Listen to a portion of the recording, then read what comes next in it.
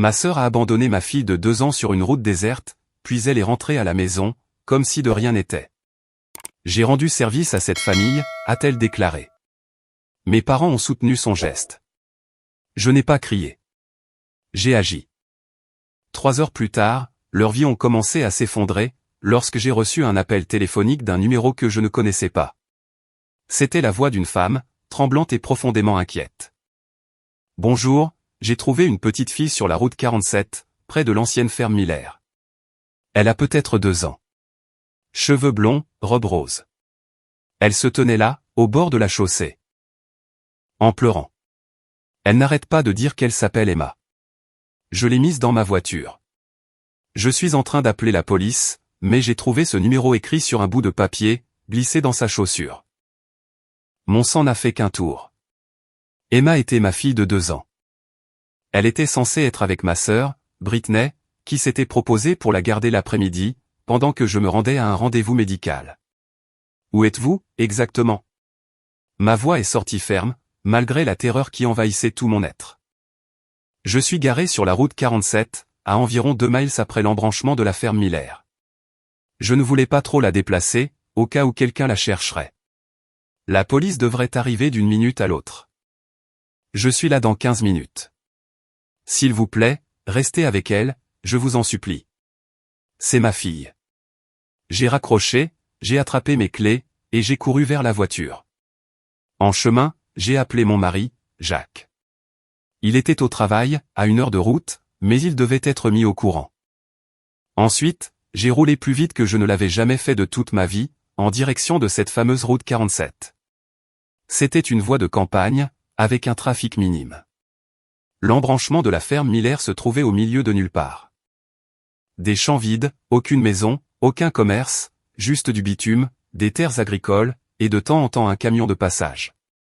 Une enfant de 2 ans, laissée seule à cet endroit, aurait pu être fauchée par une voiture, tomber dans un fossé, ou être enlevée par n'importe qui. Mes mains tremblaient si fort, que je pouvais à peine tenir le volant. J'ai repéré le véhicule de la femme, garé sur le bas-côté, avec les feux de détresse allumés. Une voiture de police était déjà sur place, un agent discutant avec une femme d'âge moyen. Emma, quant à elle, était assise à l'arrière du SUV de l'inconnu, le visage couvert de larmes et terrifiée, mais saine et sauve. Emma. J'ai couru vers elle, je l'ai sortie de l'habitacle, et je l'ai serrée contre ma poitrine, pendant qu'elle sanglotait. Maman, maman. Elle s'agrippait à moi, avec ses petits poings. L'agente, l'officier Patricia allait selon son insigne, s'est approchée avec précaution. Madame, vous êtes la mère? Oui, je suis Claire Morrison. C'est ma fille, Emma. Elle était censée être avec ma sœur, cet après-midi. Je n'ai aucune idée de comment elle a atterri ici. Votre sœur l'a amenée ici, et l'a laissée. Je ne sais pas ce qui s'est passé, mais je dois le découvrir. La bonne Samaritaine, qui s'appelait Karen Chen, a expliqué qu'elle rentrait chez elle, après avoir rendu visite à une amie, lorsqu'elle a aperçu ma petite fille, debout sur le bord de la route. Elle était à environ 15 pieds de la chaussée, elle restait simplement là, à pleurer. Je l'ai à peine vue. Si j'avais regardé mon téléphone, ou si j'avais été distraite, elle aurait pu être écrasée. L'agente a recueilli nos 2 témoignages, m'a donné une carte avec un numéro de dossier, et a précisé que quelqu'un des services de protection de l'enfance prendrait probablement contact avec nous, afin d'enquêter sur la façon dont une fillette s'était retrouvée livrée à elle-même. Sur un chemin rural. Voulez-vous porter plainte contre votre sœur, a demandé l'officier Allais. Oui, absolument, oui. Je lui ai fourni les coordonnées de Britney, pendant qu'Emma s'endormait sur mon épaule, épuisée d'avoir tant pleuré. Ensuite, je suis rentré chez moi. Mon esprit ressassait différents scénarios, pour comprendre comment cela avait pu se produire. Un accident, un malentendu, une sorte d'urgence qui aurait obligé Britney à laisser sa nièce. Mais, en entrant dans mon allée, j'ai vu la voiture de ma sœur garée là. Elle se trouvait à l'intérieur de la maison de mes parents. Ils vivaient juste à côté de chez nous depuis 20 ans, ce qui avait toujours semblé être une bénédiction, mais cela commençait à devenir beaucoup plus compliqué. J'ai emmené Emma chez moi, je l'ai couchée dans son berceau, où elle a continué à dormir, puis je me suis dirigé vers la maison voisine. Britney était dans le salon avec mes parents, affichant un calme absolu. Elle buvait du thé glacé, en riant de quelque chose sur son téléphone. Où diable est ma fille, ai-je demandé depuis le pas de la porte. Tous les trois ont levé les yeux. L'expression de Britney n'a pas changé. Elle va bien. Je l'ai laissée là où quelqu'un la trouverait. La façon désinvolte dont elle a prononcé ces mots, comme si abandonner une enfant sur une voie rapide était une chose tout à fait raisonnable à faire, a brouillé ma vue de colère. Tu as laissé ma fille de 2 ans sur la route 47. Au bord d'une autoroute, et c'est un inconnu qui l'a trouvée. Je l'ai déposée dans un endroit sûr, où quelqu'un la récupérerait, a corrigé Britney, comme s'il s'agissait d'une distinction importante. J'ai rendu service à cette famille. Tu devrais me remercier. Un service? Tu as abandonné mon bébé. Ma mère a pris la parole à ce moment-là, sa voix adoptant ce ton particulier de patience déçue, qu'elle avait perfectionné au fil des ans. Claire, calme-toi. Britney essayait d'aider. Tu as été soumise à tellement de stress, à cause d'Emma. Nous avons tous pensé que, si elle partait pour quelques heures, tu réaliserais à quel point ta vie pourrait être beaucoup plus facile. J'ai regardé ma mère, essayant de digérer des mots qui n'avaient aucun sens, dans aucun ordre où je pourrais les arranger. Plus facile sans ta fille, sans le fardeau d'une enfant ayant des besoins particuliers, a ajouté mon père, comme s'il expliquait une chose évidente à une élève un peu lente. L'autisme d'Emma met à rude épreuve ton mariage, ta carrière, et toute ta vie. Britney t'offrait une porte de sortie, une chance pour que quelqu'un d'autre s'occupe d'elle, quelqu'un de mieux équipé pour gérer ses besoins. Emma avait été diagnostiquée autiste, 3 mois auparavant. Elle avait 2 ans, parlait à peine, et présentait quelques retards de développement.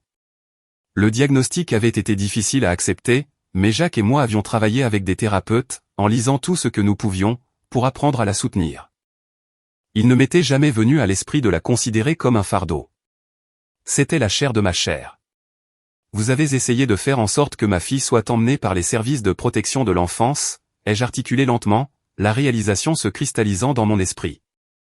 Tu l'as abandonnée sur une route, en espérant que quelqu'un la trouve, appelle les autorités, et qu'elle finisse dans le système. Vous avez essayé de vous débarrasser de ma fille. Nous avons essayé de te rendre ta vie, a rétorqué Britney, toujours d'un calme exaspérant. Emma ne sera jamais normale, elle aura toujours besoin de soins spécialisés, d'écoles adaptées, d'une supervision constante. Tu as 28 ans, Claire. Tu devrais vivre ta vie, pas tout sacrifier pour un enfant qui sera toujours difficile. Ta sœur appelle cela un service. Penses-tu qu'elle y croyait vraiment? On dirait qu'elle a déformé la réalité, pour justifier un acte extrême. Tes parents la soutiennent. Pourquoi recourir à l'abandon, au lieu de t'aider concrètement? Honnêtement, ce n'est pas de la bienveillance, c'est du contrôle. Ont-ils vraiment pensé que les services sociaux offriraient à Emma une vie meilleure? Cela semble dangereusement irréaliste. Garder son calme, c'était l'état de choc. Mais tu es vite passé en mode action. Alternative, pourquoi n'ont-ils pas offert du soutien, comme une nounou ou une aide thérapeutique? Parce que cela demande des efforts, et non du contrôle.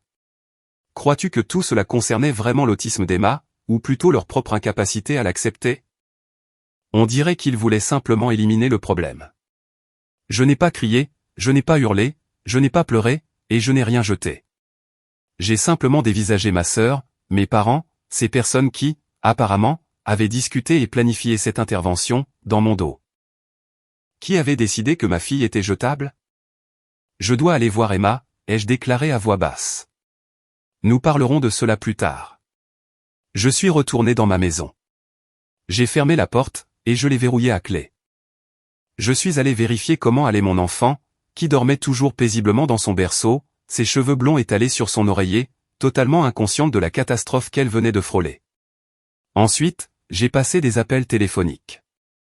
D'abord, à mon avocat, Daniel Kim, qui s'était occupé de la clôture de ma propriété, et m'avait donné son numéro de portable pour les urgences.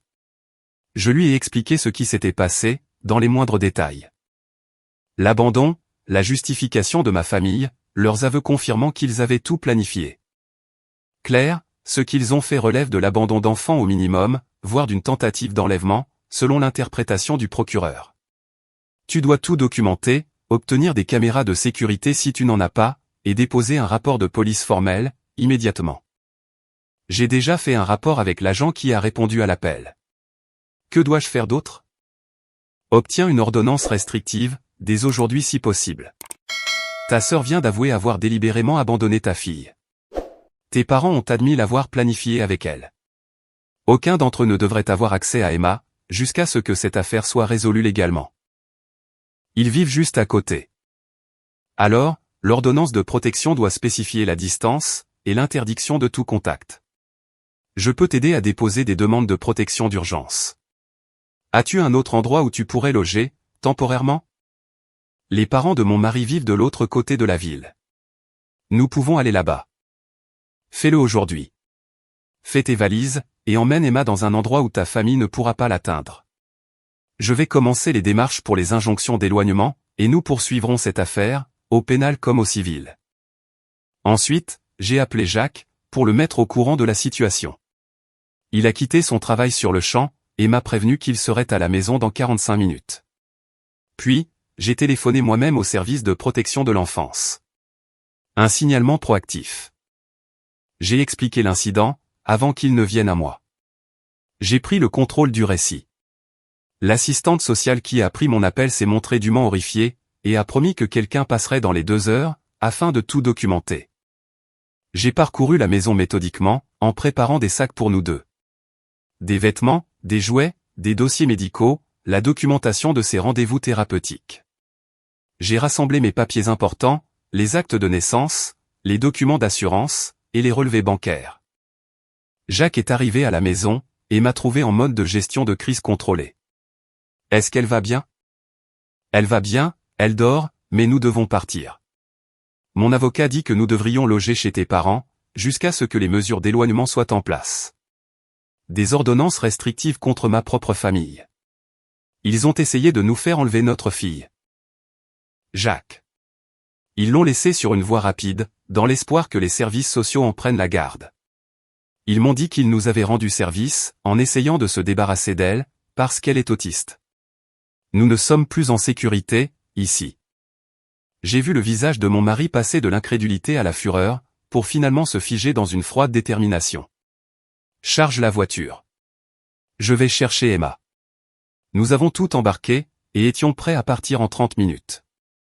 Alors que nous reculions dans l'allée, j'ai vu ma mère, debout sur son porche, en train de nous observer. Elle a levé la main, comme pour nous saluer ou nous appeler, mais je n'ai pas ralenti. Je suis simplement passé devant, me dirigeant vers la maison de mes beaux-parents. Ses parents, Linda et Robert, nous ont accueillis immédiatement, une fois que Jacques leur a raconté ce qui s'était passé. Linda a pleuré en serrant Emma dans ses bras, la petite s'étant réveillée confuse, mais heureuse de voir sa grand-mère. Robert était déjà au téléphone avec son avocat, pour obtenir des recommandations de pénaliste. C'est un acte passible de poursuite, a déclaré Robert, après avoir raccroché. Délaissement d'enfant, mise en danger imprudente, et peut-être plus, selon ce que le procureur estimera pouvoir prouver. Allez-vous porter plainte? Absolument, ai-je confirmé. Bien. Ils ne peuvent pas mettre notre petite fille en danger, sans faire face aux conséquences. L'assistante sociale de la protection de l'enfance est arrivée chez Linda et Robert, ce soir-là. C'était une femme aimable, nommée Teresa Price, qui s'est assise avec nous, a tout documenté, et a photographié Emma, qui, par chance, ne présentait aucune blessure physique. Elle a pris des notes détaillées sur les aveux de Britney, ainsi que sur l'implication de mes géniteurs. Je dois être clair avec vous, a précisé Teresa. D'après ce que vous m'avez raconté, et ce que j'ai consigné, je ne vois aucune raison d'ouvrir un dossier contre vous, en tant que parent. Vous fournissez de toute évidence des soins appropriés. Votre enfant est en sécurité, en bonne santé. Et bien soigné. Il s'agissait d'une menace extérieure venant de la famille élargie, pas d'un problème d'éducation. Qu'est-ce qui prend à votre sœur? Je vais transmettre cela à la police. Et au bureau du procureur. Ce qu'elle a fait correspond à la définition légale de l'abandon de mineur. Le procureur décidera s'il y a lieu de poursuivre, mais du point de vue des services sociaux, ma recommandation sera que les membres de votre famille n'aient aucun contact non supervisé avec Emma. Voire aucun contact du tout, selon l'issue des procédures pénales. 3 heures après mon départ de la maison de mes parents, le plan que j'avais mis en mouvement a commencé à porter ses fruits. La police s'est présentée à l'appartement de ma sœur, munie d'un mandat d'arrêt. Abandon d'enfant, mise en danger imprudente d'un mineur, et maltraitance infantile. Elle a été enregistrée, inculpée, et placée en détention, avec une caution fixée à 50 000 €, somme qu'elle ne pouvait pas payer. Mes parents ont reçu des lettres de mon avocat, les informant qu'ils faisaient l'objet d'une poursuite civile, pour leur rôle dans la planification de cet acte. Conspiration, infliction intentionnelle de détresse émotionnelle, et mise en danger. La plainte réclamait 500 000 € de dommages et intérêts. Des ordonnances de protection d'urgence ont été accordées le soir même, interdisant aux 3 accusés de s'approcher à moins de 500 pieds de nous. La moindre violation entraînerait une arrestation immédiate. Les informations locales ont, d'une manière ou d'une autre, eu vent de l'histoire, probablement grâce au scanner de la police. Une femme arrêtée pour avoir prétendument abandonné sa nièce sur une route de campagne, tel était le gros titre publié le lendemain matin. L'article comportait suffisamment de détails pour faire comprendre la situation, sans pour autant nommer Emma. Mon téléphone a explosé de messages. Ceux des amis de Britney qui la défendaient, ceux des membres de la famille élargie, confus et prenant parti, et ceux de mes parents, exigeant que je retire ma plainte, et que nous réglions cela en famille. J'ai bloqué la plupart d'entre eux, et je n'ai répondu à aucun. L'affaire pénale a progressé beaucoup plus vite que je ne l'espérais. L'avocat de la défense a tenté de plaider que ma sœur avait subi une crise de santé mentale, qu'elle avait paniqué, et pris une terrible décision, mais qu'elle n'avait jamais eu l'intention de causer un tort réel. Le procureur a démoli cette ligne de défense, en présentant des preuves montrant qu'elle avait conduit Emma à 20 miles de la ville, vers un endroit spécifiquement isolé. Ensuite, elle était tranquillement rentrée chez elle, pour boire du thé avec nos parents, alors que ma fille était portée disparue. Ce n'est pas une réaction de panique, c'est de la préméditation pure et simple. Mes parents ont tenté de se rendre à la maison des parents de Jacques, 3 jours après l'émission des ordonnances de protection. Linda a ouvert la porte, les a vus se tenir là, et a immédiatement appelé la police. Ils étaient partis avant l'arrivée des agents, mais cela établissait un schéma de violation de l'injonction. Une semaine plus tard, ils ont récidivé. Cette fois, les forces de l'ordre les ont surpris dans l'allée. Ils ont tous deux été arrêtés. Ils ont passé une nuit en prison, et ont été relâchés avec de sévères avertissements, précisant que la prochaine effraction entraînerait une peine d'incarcération prolongée. Cette attention de la justice a semblé, enfin, fissurer leur conviction qu'ils n'avaient rien fait de mal. Ou peut-être était-ce la réalité des accusations pénales, combinée à une plainte civile conséquente. Quoi qu'il en soit, les tentatives de contact ont cessé. Tu as géré cela de manière très réfléchie. Tu es restée sereine, et tu es passée directement à l'action. Était-ce un instinct, ou une chose apprise avec le temps? Il semble que tu savais que les émotions ne protégeraient pas Emma, contrairement aux actes. Tu as appelé les services sociaux toi-même. Pourquoi l'avoir fait en premier, plutôt que d'attendre?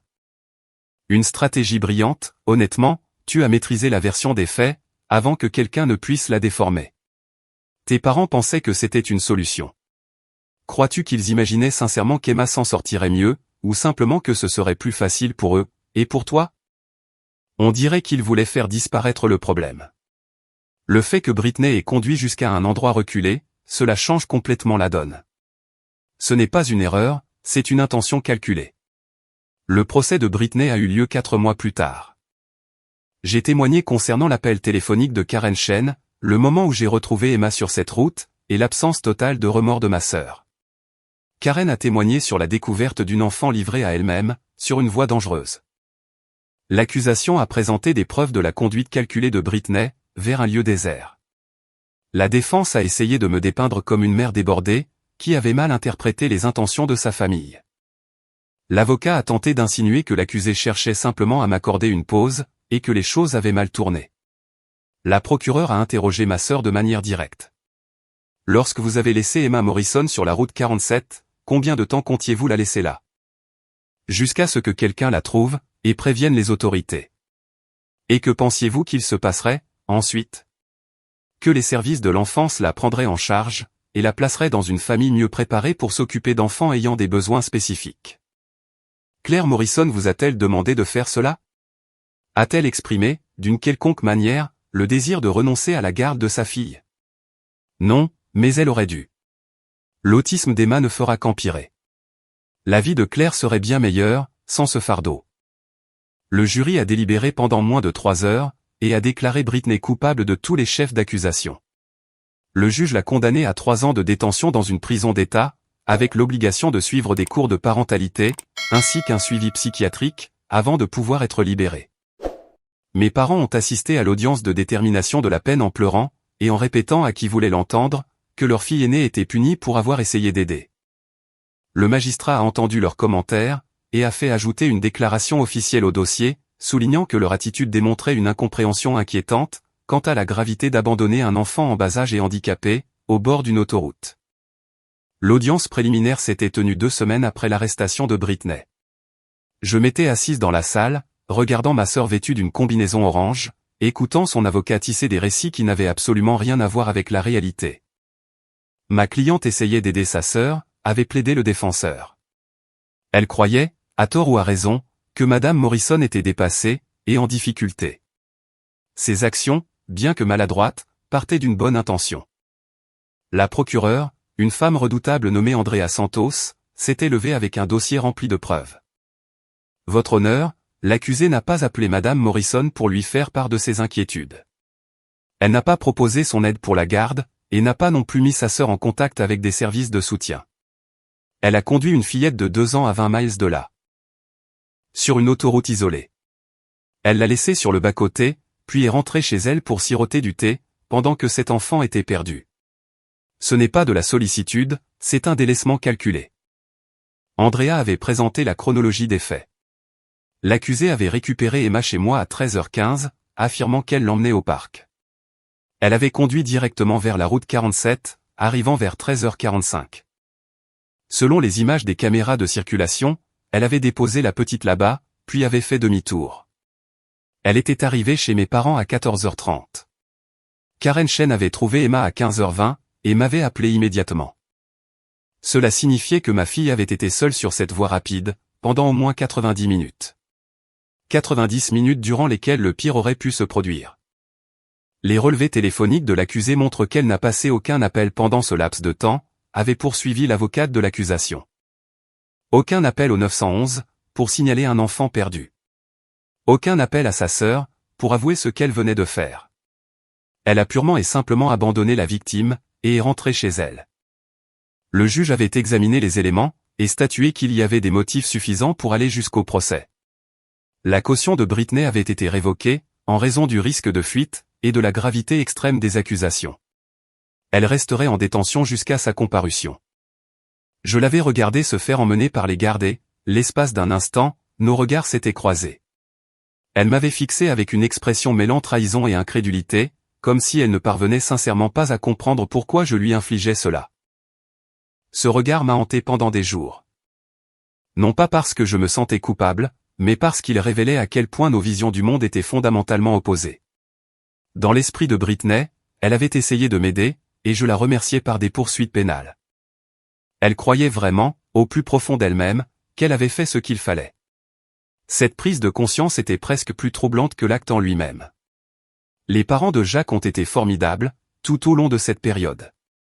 Linda a pris un congé de son travail, afin de nous aider à nous occuper d'Emma, pendant que nous naviguions à travers ce chaos juridique. Robert nous a mis en contact avec des groupes de soutien, nous a aidés à trouver de meilleurs thérapeutes, et est devenu un grand-père dévoué, d'une manière que mon propre père n'avait jamais été. C'est une petite fille merveilleuse, a déclaré Robert, un après-midi, pendant qu'Emma jouait avec des cubes sur le sol, les classant méthodiquement par couleur. Je ne comprends pas comment quelqu'un pourrait la voir autrement, que comme une véritable bénédiction.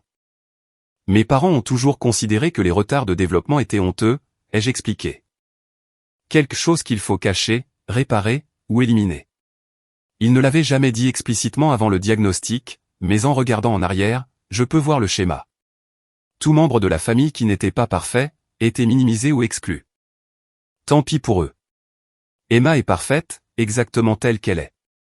J'ai pleuré, en regardant ma fille s'amuser avec son grand-père, un homme qui la connaissait depuis moins d'1 an, mais qui l'aimait de façon bien plus inconditionnelle que mes géniteurs ne l'avaient jamais fait. Les courriers haineux ont commencé à arriver, environ 3 semaines après l'arrestation de Britney.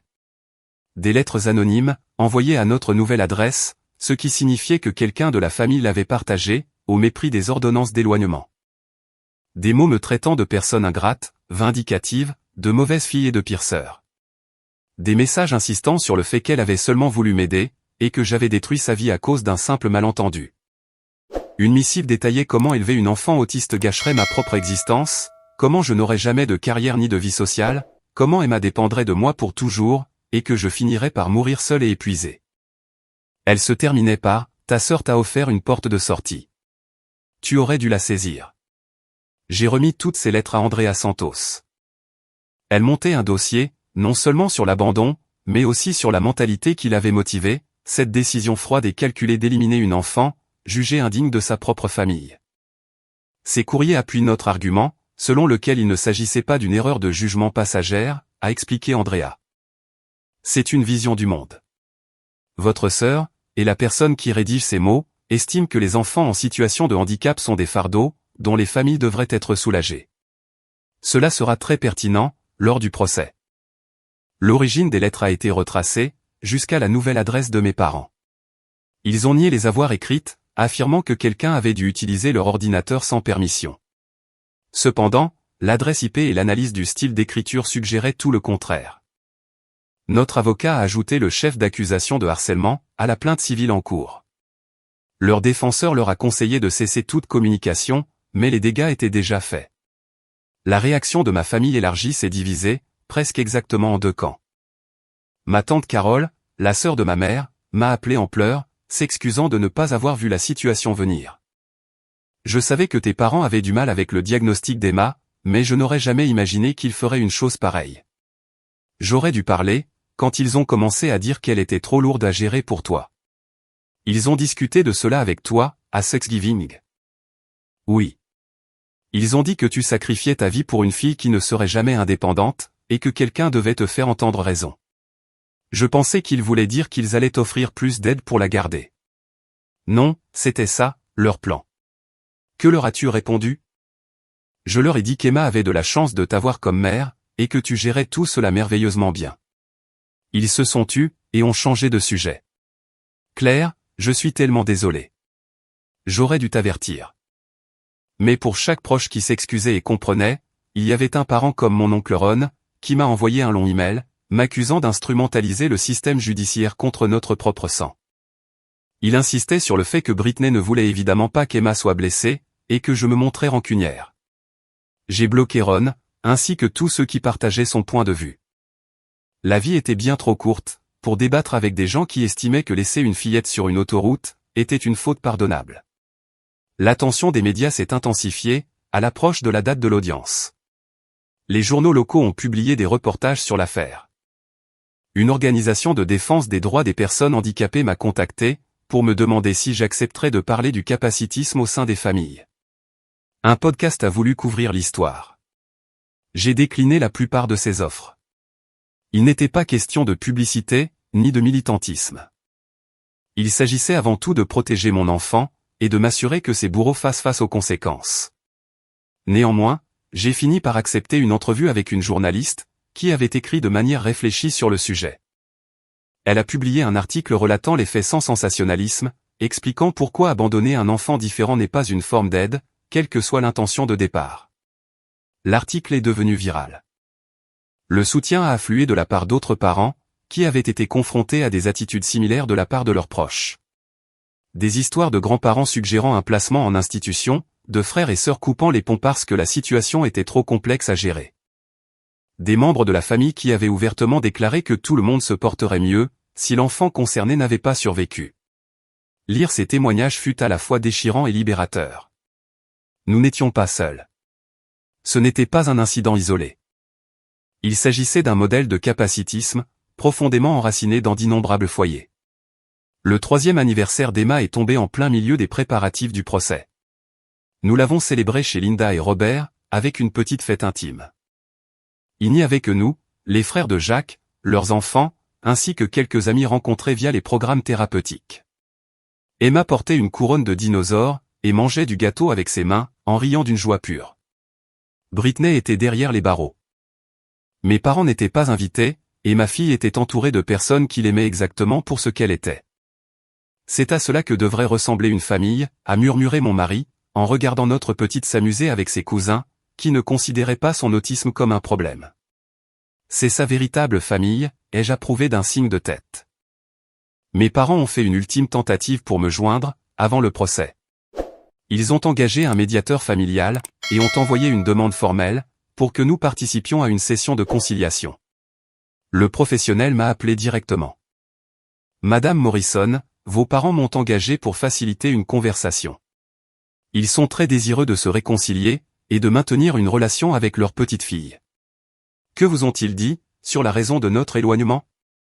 Ils ont mentionné qu'il y avait eu un malentendu concernant la garde de l'enfant, qui avait dégénéré en une action en justice. Un malentendu. C'est ainsi qu'ils appelaient ça. J'ai alors expliqué la situation réelle. Le délaissement sur la route, leurs aveux prouvant la préméditation, les lettres de harcèlement, et leur manque total de remords. L'homme est resté silencieux, pendant un long moment.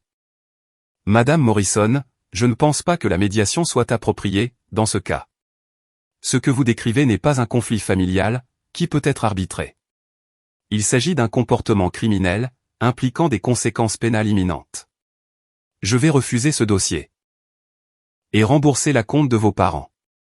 Merci de m'avoir écouté, je suis désolé que cela soit arrivé à votre fille, et j'espère que le système judiciaire vous rendra justice. Lorsque mes parents ont appris que l'expert avait rejeté leur demande, ils ont apparemment fait une crise. Selon Carole, qui leur parlait encore de temps à autre, ils ne parvenaient pas à comprendre pourquoi personne ne voulait les aider à réparer cette rupture. Sincèrement, ils se voient comme des victimes, m'a confié ma tante. Ils pensent que tu es déraisonnable, et rancunière. Ils ne saisissent pas que ce qu'ils ont fait est un crime. Dans leur esprit, ils essayaient de t'aider, et tu t'es retourné contre eux. Est-ce qu'ils posent des questions sur Emma? Comment elle va? Ils ne parlent pas du fait que leur petite fille leur manque, mais plutôt d'une manière abstraite, comme si elle était un concept, et non une vraie petite fille. Ils ne posent jamais de questions précises sur son développement, sa thérapie. Ou ses centres d'intérêt. Il s'agit toujours de leur propre perte, jamais de son bien-être à elle. Cela m'a révélé tout ce que j'avais besoin de savoir.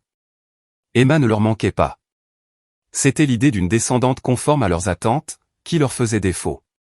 La vraie Emma, autiste, unique, et parfaitement elle-même, n'avait jamais été ce qu'ils désiraient. Britney est convaincue d'avoir rendu service, même pendant l'audience. Penses-tu qu'elle y croit réellement, ou qu'elle est juste incapable d'affronter la vérité sur ses actes? On dirait un déni si profond, qu'elle réécrit la réalité. Tes parents qualifient cela de malentendu. Pourquoi minimiser une chose aussi grave? Franchement, parce qu'admettre la vérité signifierait reconnaître leur culpabilité. Les lettres ont été retracées jusqu'à eux. Crois-tu qu'ils essayaient de te mettre la pression, ou de te punir? Cela ressemble davantage à une punition, pour ne pas avoir obéi. Ta tante a dit qu'ils avaient parlé d'Emma bien avant. Cela change ta perspective. Il semble que ce n'était pas soudain, mais que cela se préparait depuis un certain temps. Le fait qu'ils ne s'informent pas directement sur elle, crois-tu qu'ils l'ont déjà vue comme une personne à part entière? Cette partie est la plus révélatrice. Ils se souciaient de l'image, pas de l'enfant. La plainte civile contre mes parents a pris beaucoup plus de temps à être résolue.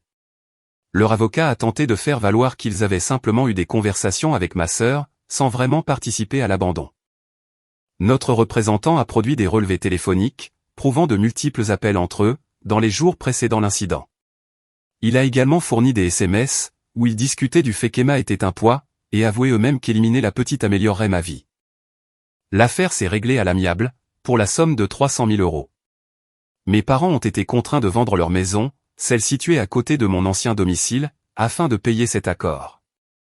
Ils ont déménagé dans un endroit plus petit, à l'autre bout de la ville. Leurs économies de retraite ont été anéanties, tout comme leur relation avec moi, détruite à jamais. La famille élargie s'est fracturée, comme on pouvait s'y attendre.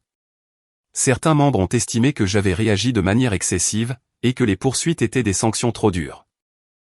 D'autres ont compris qu'abandonner une enfant vulnérable n'avait rien d'une aide. C'était une tentative de meurtre, déguisée en intervention. J'ai coupé les ponts avec quiconque défendait ma sœur, ou mes géniteurs. Je n'ai pas débattu, je n'ai pas cherché à m'expliquer. J'ai simplement bloqué ces personnes, et j'ai avancé. Emma a 5 ans aujourd'hui, 3 ans après cette terrible journée. Elle est inscrite dans un excellent programme d'éducation spécialisée, a fait des progrès immenses avec ses thérapeutes, et c'est une petite fille joyeuse. Elle est toujours autiste, elle a encore des défis à relever, mais elle s'épanouit d'une manière que mon ancienne famille ne pouvait, semble-t-il, pas concevoir. Elle ne se souvient pas d'avoir été laissée sur cette voie rapide.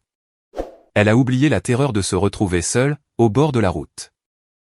Les spécialistes disent que c'est probablement pour le mieux, car elle était assez jeune pour que le traumatisme ne s'ancre pas dans sa mémoire à long terme.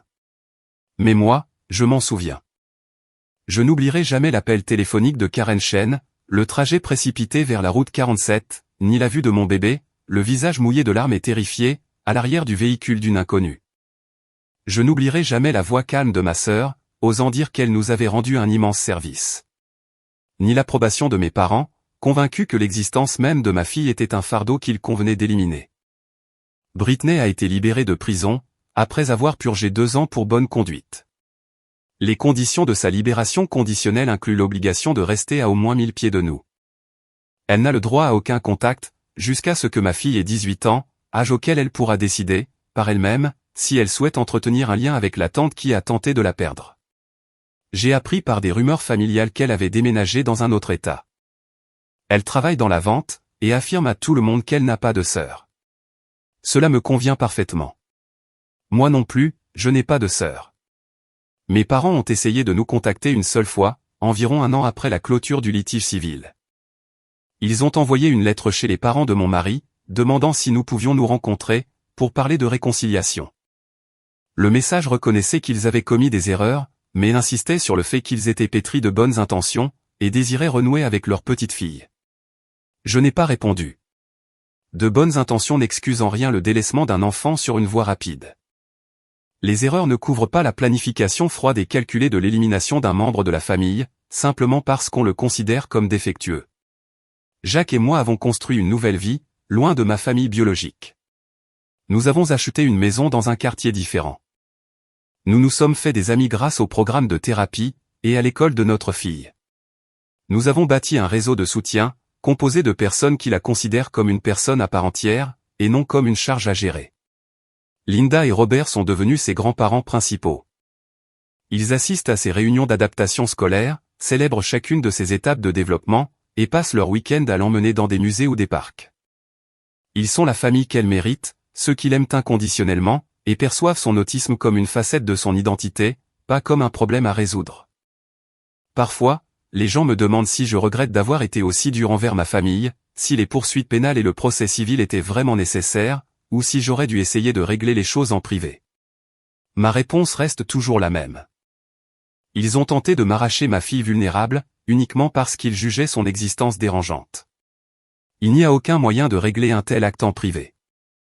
Il s'agit simplement de s'assurer qu'il fasse face à des conséquences suffisamment lourdes, pour qu'il ne mette plus jamais en danger un autre enfant. 3 heures après que ma sœur a laissé Emma sur cette autoroute, pour rentrer chez elle en affirmant nous avoir rendu service, j'ai commencé à passer des coups de téléphone qui allaient détruire leur vie. Rapport de police, avocat, ordonnance d'éloignement, accusation pénale, poursuite civile. J'ai démantelé leur existence confortable, pièce par pièce. Était-ce dur? Absolument. Était-ce nécessaire? Sans le moindre doute. Emma méritait tellement mieux que d'être abandonnée sur l'asphalte, par une tante qui estimait que sa vie ne valait pas la peine d'être vécue. Elle méritait d'obtenir justice, d'être protégée, et d'avoir une famille qui la valoriserait exactement telle qu'elle était. Je lui ai offert ces 3 choses. Ma sœur est allée en prison. Mes parents ont perdu leur domicile, ainsi que toutes leurs économies. La famille élargie s'est déchirée, entre ceux qui ont compris le pourquoi du comment, et ceux qui ont pensé que j'étais allé trop loin. Quant à Emma, elle s'épanouit, elle apprend, elle grandit, aimée farouchement par des parents et des grands-parents qui mettraient le monde à feu et à sang pour la garder en sécurité. Ce n'est pas de la vengeance, c'est de la protection. C'est l'assurance que les individus qui mettent les plus faibles en péril, fassent face à des sanctions qui les empêcheront de recommencer. 3 heures après avoir retrouvé mon bébé perdu sur la route 47, j'ai enclenché la destruction totale de la liberté de ma sœur, et de la retraite paisible de mes parents. Je n'en regrette pas un seul instant. Ma fille est à l'abri, choyée, et rayonnante. C'est la seule chose qui compte. Tout le reste n'est que le bruit des conséquences, finissant par rattraper des personnes qui se croyaient intouchables.